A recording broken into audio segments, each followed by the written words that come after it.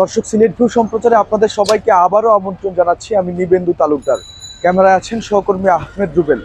জানিয়ে দিব এই মুহূর্তে আমাদের হাতে থাকা গুরুত্বপূর্ণ খবরাখবর।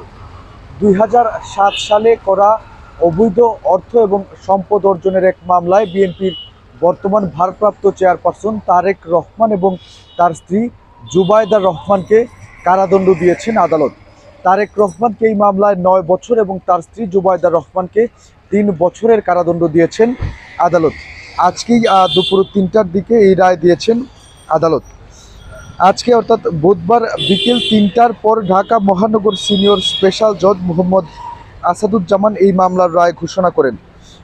জ্ঞাত আয় বহির্ভূত সম্পদ অর্জন ও তথ্য গোপনের অভিযোগে দুর্নীতি দমন কমিশনের করা মামলায় বিএনপির ভারপ্রাপ্ত চেয়ারম্যান তারেক রহমানের 9 বছর এবং তার স্ত্রী জুবাইদা রহমানের 3 বছর করে কারাদণ্ড দিয়েছেন আদালত। এর আগে এ রায় ঘিরে যে কোনো বিশৃঙ্খল পরিস্থিতি এড়াতে সকাল থেকেই ঢাকা মহানগর দায়রা জজ আদালত এলাকায় নিরাপত্তা ব্যবস্থা জোরদার করা হয়। দুদকের করা এই মামলায় গত 13 এপ্রিল পলাতক দম্পতির বিরুদ্ধে অভিযোগ গঠন করে বিচার শুরুর আদেশ দেন আদালত। মামলায় 56 সাক্ষীর মধ্যে 42 জনের সাক্ষ্য গ্রহণ করেছেন আদালত।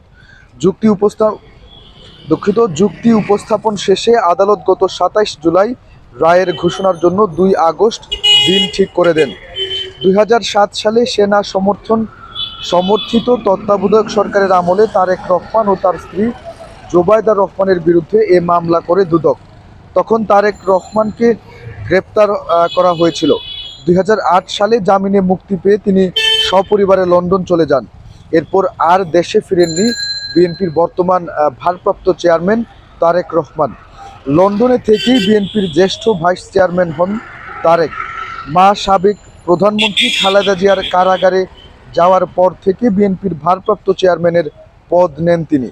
অন্যদিকে তারেক রহমানের স্ত্রী জুবাইদা রহমান চিকিৎসক হিসেবে সরকারি চাকরিতে ছিলেন। প্রবাসে যাওয়ার সময় ছুটি নিয়ে গেলেও পরে আর কর্মস্থলে না ফেরায় 2014 সালে চাকরি থেকে বরখাস্ত হন তিনি। দুদকের এই মামলাটি সহ তারেক রহমানের বিরুদ্ধে মোট 5টি মামলায় সাজার রায় এসেছে। তারেক বিদেশে থাকা অবস্থায় মামলাগুলোর রায় হয়েছে। এর মধ্যে বঙ্গবন্ধুকে নিয়ে কটূক্তির অভিযোগে 2 বছর, অর্থ পাচারের দায়ে 7 বছর, জিয়া এতিমখানা ট্রাস্ট দুর্নীতি মামলায় 10 বছর এবং 21 আগস্ট গ্রেনেড হামলায় যাবজ্জীবন কারাদণ্ডাদেশ হয় তার। দর্শক, দেখতেই পাচ্ছেন এই মুহূর্তের সবচেয়ে বড় খবর, ব্রেকিং নিউজ বলা চলে, যে বিএনপির ভারপ্রাপ্ত চেয়ারপারসন তারেক রহমান এবং ওনার স্ত্রী জুবাইদা রহমানকে তারেক রহমানকে 9 বছর এবং জুবাইদা রহমানকে 3 বছর করে কারাদণ্ড দিয়েছেন আদালত। তাও 2007 সালে করা একটি অবৈধভাবে অর্থ এবং সম্পদ অর্জনের মামলায়। তো এই ছিল এখনকার মতো আমার কাছে সর্বশেষ। এতক্ষণ আমাদের সাথে থাকার জন্য সবাইকে অসংখ্য ধন্যবাদ।